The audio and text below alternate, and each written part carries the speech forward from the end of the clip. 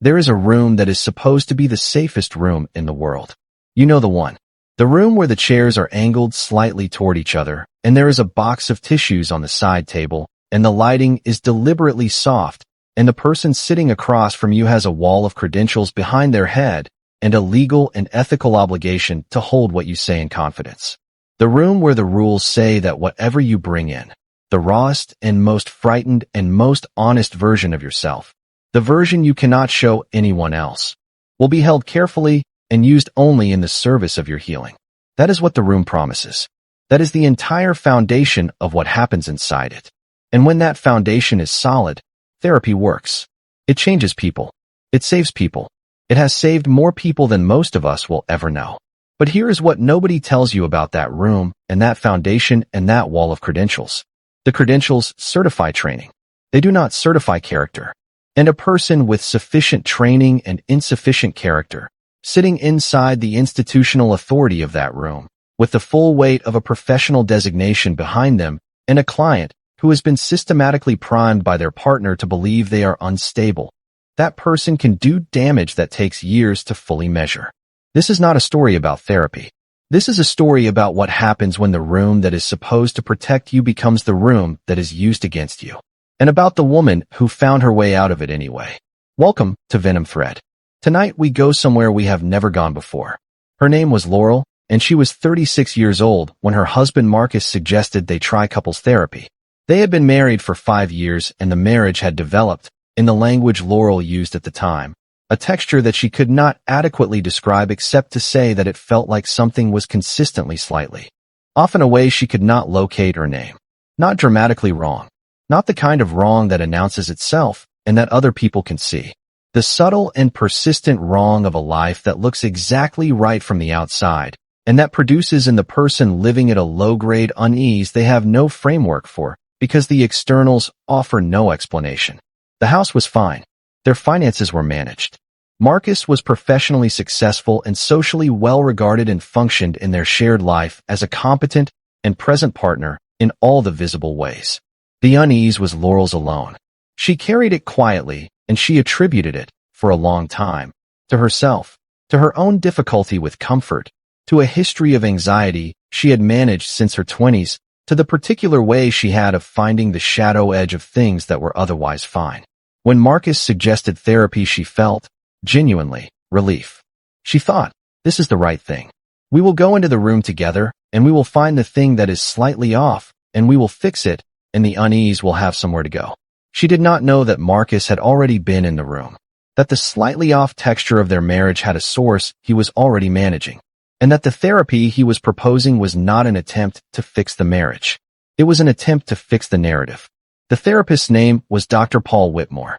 He was 54 years old, had been practicing for 22 years, had a website with a substantial list of credentials, and a photograph in which he looked precisely like the kind of person you would trust with the worst things you had ever experienced. He specialized, according to his website, in couples therapy, trauma-informed care, and relationship recovery. He had been referred to Marcus by a colleague of Marcus's whose name Laurel did not know at the time. This detail, that the referral came from Marcus's network rather than a neutral source, is one of the details she would return to later with the specific recognition of a person finding the thread they should have pulled much earlier. They went to the first session together on a Tuesday evening in September. Laurel had spent 2 days preparing, not strategically, not the way Marcus had prepared, but emotionally. She had thought about what she wanted to say. She had organized the texture of the unease into something she could articulate. She had arrived, in other words, with genuine good faith and genuine vulnerability, and the reasonable expectation that both of those things would be received as the assets they were. What she did not know was that Marcus had been in that office the previous Thursday, alone, for 90 minutes, building a file. The word file is hers, and she uses it deliberately. By the time she understood what had been constructed in those preliminary sessions, and there were 3 of them, 3 separate individual sessions Marcus had attended before the first couple session, each one used to lay the groundwork for a version of Laurel that Dr. Whitmore would receive as established context before she ever opened her mouth. She described the result as a file, a clinical pre-narrative, a framework that organized everything she subsequently said and did within a set of pre-existing interpretations that Dr. Whitmore had been given before she arrived. In practice, this meant the following. When Laurel described her unease, Dr. Whitmore heard it through the filter of the history Marcus had provided. When she identified specific incidents that had contributed to the texture of something being wrong, those incidents had already been explained to Dr. Whitmore in terms that positioned them as Laurel's misreadings of neutral events. When she expressed strong emotion during sessions, which she did, because she was in a room she believed was safe, and she had been holding things for a long time, and the relief of having space to speak produced the natural result of speaking fully. Dr. Whitmore's responses carried the specific quality of a clinician managing a known pattern of reactivity rather than receiving new information with an open assessment. She felt, in those early sessions, slightly managed. She attributed this to the neutrality that therapists are trained to maintain. She did not understand yet that the neutrality was not neutral. It was already angled. The turn came in Session 7. Session 7 is the one she can describe in complete detail even now, years later, because it is the session in which everything that had been constructed around her became briefly and terrifyingly visible before Dr. Whitmore recovered his composure and sealed it back over. Marcus had described an incident from the previous week, an argument about plans that had been changed without Laurel's knowledge, and he had described it in the specific language of a person recounting someone else's disproportionate response to a minor miscommunication. His tone was measured and slightly tired in the particular way of someone who has been managing a difficult situation with patients for a long time. And Dr. Whitmore had turned to Laurel and said, "Laurel, when you hear Marcus describe his experience of that evening, what comes up for you?" And Laurel had said, clearly and without particular heat, "What comes up for me is that the plans were changed without my knowledge 3 times in 2 weeks, and I am not sure why that is being described as my disproportionate response rather than as a pattern worth examining." And Dr. Whitmore had looked at her for a moment with an expression she had not seen on his face before, not the managed neutrality of the previous 6 sessions, but something that looked, for a fraction of a second, like recalibration, like a person whose script had just been departed from. It was there, and then it was gone. But she had seen it, and the seeing of it was the first crack in the architecture. She did not say anything about the crack to Marcus. She had enough by that point, enough from the texture of the previous year, enough from the 6 sessions of feeling slightly managed, enough from the fraction of a second of recalibration on Dr. Whitmore's face, to understand that saying something to Marcus would be the equivalent of reporting a concern to the person who had originated the concern. She said nothing to Marcus, and she said nothing different to Dr. Whitmore, and she continued to attend the sessions with the appearance of a person who was engaged in good faith couples therapy. And in every session, she watched more carefully than she had watched before. She watched the way Dr. Whitmore received Marcus's contributions versus hers. She watched the language he used when reflecting Marcus's experience back to him versus the language he used when reflecting hers. She watched where the weight of clinical authority landed in the room, and she found, with a consistency she could not explain away, that it did not land equally. It consistently produced, in its conclusions and framings and gentle redirections, a picture of their marriage in which Marcus was the stable and effortful partner and Laurel was the volatile and reactive one. She had been in 7 sessions. The picture had been the same in all 7. The picture had arrived in the room before she did, and the person who had brought it was sitting next to her on the couch being described as the stable one. She found the other therapist by accident. Not a coincidence. She does not believe in coincidences in the way most people invoke them, but through the particular logic of a person who has started paying attention to things she previously would have let slide. A friend mentioned a name in passing. A therapist she had seen individually for anxiety management a few years earlier and had found unusually direct. Laurel made an appointment without telling Marcus. She went alone on a Thursday afternoon, and she sat down and she said, "I need to tell you something, and I need you to tell me if I am reading it correctly, or if I am doing the thing I have been told I do, which is misread neutral situations as charged ones." And she described Dr. Whitmore and the sessions, and the fraction of a second recalibration, and the consistent weight of clinical authority, and the 3 preliminary individual sessions she had discovered Marcus had attended before the couple's work began. She laid all of it out. The new therapist, a woman named Dr. Sandra Okafor who had 17 years of practice and a specialty in coercive control and institutional abuse. Listened to all of it without interrupting. And when Laurel finished, Dr. Okafor said, "What you are describing has a name in the clinical and legal literature. It is called third-party manipulation, and in cases where a licensed therapist participates knowingly in the management of one partner's perception by the other, it constitutes a serious ethics violation and in some jurisdictions a legal one." She said, "I believe you. And I want you to understand what those 3 words mean coming from a licensed clinician, because you have been in a room for the past several months where 3 words of equivalent weight were being directed consistently away from you." The documentation process that followed was methodical and was guided at every step by Dr. Okafor, who had navigated similar situations before and who understood the specific challenge of building a case around something that had occurred inside a clinical relationship. A relationship governed by confidentiality and professional ethics frameworks that could be used as shields by the person being accused as easily as they could be used as the basis of a complaint. Laurel subpoenaed her therapy records. This was her legal right, and Marcus and Dr. Whitmore's ability to prevent it was limited.